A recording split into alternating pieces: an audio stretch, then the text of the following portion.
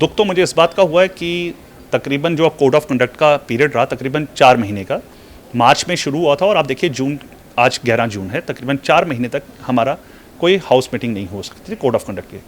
और जब हुई तो मैं पिछले 3-4 महीने से मैं एक फॉलो कर रहा था कि कॉर्पोरेशन की न्यूज़ को, जो आपकी मैं फॉलो करता हूँ और आपने जो भी कई बार इस इश्यूज़ को आपने उठाया भी था। जैसे आपने एक मुद्दा उठाया था स्टार्टिंग में, वो उठाया था आपने 4 अप्रैल को उसका जो ये 800 एम्प्लॉयज़ जो हॉर्टिकल्चर के माली वगैरह, और वो आपने धनास के वो शायद एरिया में उसमें आपने किया था आपने, है ना।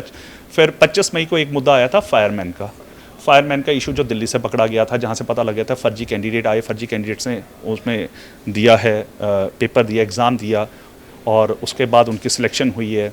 फिर तीसरा मुद्दा आया था जो हमारे यहाँ पर बैकडोर एंट्रीज की है एमओएच डिपार्टमेट में, कॉरपोरेशन में जो बंदे रखे गए हैं। चौथा मुद्दा आपके माध्यम से पता लगा था जो स्मार्ट सिटी में जो अभी एक ऑफिसर को भी पकड़ा है जिससे 5-5 हज़ार रुपये लेता है, वो मना कर गए कि ठेकेदार कहते हैं हम नहीं लेते हैं, वो एम्प्लॉई लेता होगा 5-5 हज़ार रुपया पर बंदों से वो लेता है वहाँ पे जो एम्प्लॉइज़ लगे। देखिए एक बात तो आपको अंडरस्टैंड करनी पड़ेगी, ये तकरीबन 4 महीने में ही ये सब चीज़ें क्यों निकल के आई हैं।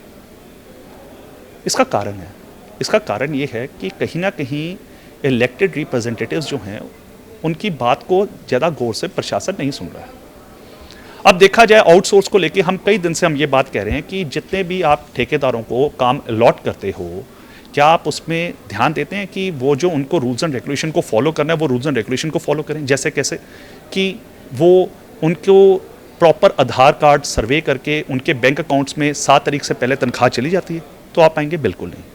अब इसमें भी एक लोचा है, ये तो चलिए करप्शन वाला मुद्दा जो आपको मैंने बताया 4 मुद्दे तो हैं ही हैं, जिसमें 800 एम्प्लॉइज़ हैं, 400 एम्प्लॉइज़ हैं जिनको रखा गया और जिनको रखा ही नहीं गया है, ऑफिशियली नहीं रखा गया, वो ठेकेदारों के माध्यम से रखा गया। अब किस अफसर ने उसको रखा, किस अफसर ने काम कराया, अभी तक ये नहीं पता, गाज गिरी नहीं है उन पर।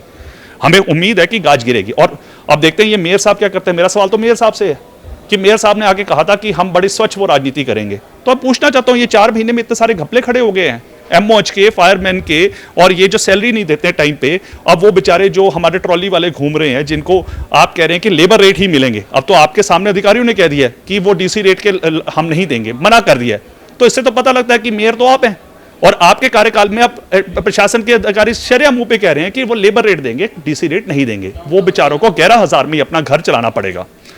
अब इस मुद्दे पे आइए कि ये जो सब चीजें चल रही हैं, देखिए करप्शन का मुद्दा है, लेकिन एक सबसे बड़ा मुद्दा जो यहां पर है हमारे कॉरपोरेशन में वो है आउटसोर्स्ड एजेंसी द्वारा मैन पावर को रखा जाता है। उन पे कोई पकड़ ही नहीं है, उन पे कोई ब्लैकलिस्ट नहीं किया जाता। अब देखिए, अब ये लोग कहेंगे कि बीजेपी वालों के समय में, हाँ तो बीजेपी के वालों के समय में अगर पार्किंग का मुद्दा आया था तो बीजेपी के पार्षदों ने उठाया था, मैंने स्वयं उठाया था और उसमें उनको हमने सजा तक करवाई, चाहे उसमें जो अधिकारी इन्वॉल्व थे, चाहे वो ठेकेदार इन्वॉल्व था, वो चाहे जितना बड़ा पॉलिटिकल व्यक्ति हो, वो जेल के अंदर सलाखों के पीछे में गया है। 0 टॉलरेंस बीजेपी रखती है। आप अपनी बात कीजिए, मैं आपसे सवाल करता हूं मेयर साहब, आम आदमी पार्टी के आप हैं और अब तो कांग्रेस के मनीष तिवारी जी आगे, मैं सवाल आपसे करता हूं कि ये 4 महीने में जो लोगों के साथ धक्का हुआ है उस पर अब आप लोग क्या करेंगे? ये जवाब चंडीगढ़ की आपसे पूछ रही है। वो कहते हैं कि बीजेपी ने 9 साल तक मेयर रहा, उनके कार्यकाल में ये हुआ है, वो निकल के अब सामने आ रहा है, क्योंकि हमारे टाइम पे तो कोड ऑफ कंडक्ट लग गया 4 महीने, तो हम वैसे भी काम नहीं कर पाए जब तक हमने सीट संभाली, तब तक नहीं किया। भाई साहब, अब मुझे आप एक बात बताइए कि अभी उनको 800 लोगों को रखा गया था, जब उनको महीने 2 महीने की तनख्वाह नहीं मिली तब उन्होंने निकाला है। ये तो झूठ बोलते हैं, इनका ना झूठ भी आपको सच की तरह नजर आएगा। ये कभी सच्चाई नहीं मानेंगे। अगर घपला हुआ है इसका मतलब ये कहीं ना कहीं ये लोग खुद इन्वॉल्व हैं। हमने तो फेस किया था पार्किंग घोटाला हमने उठाया, हमने सजा भी करा दी, एफआईआर भी लॉन्च करा दी, इससे ज्यादा कुछ नहीं कर सकते ना। तो आप लोग क्या कर रहे हैं? आप लोग सिर्फ हम पे एलिगेशन लगाएंगे लेकिन आप उन पे एक्शन नहीं लेंगे। क्यों नहीं लेंगे?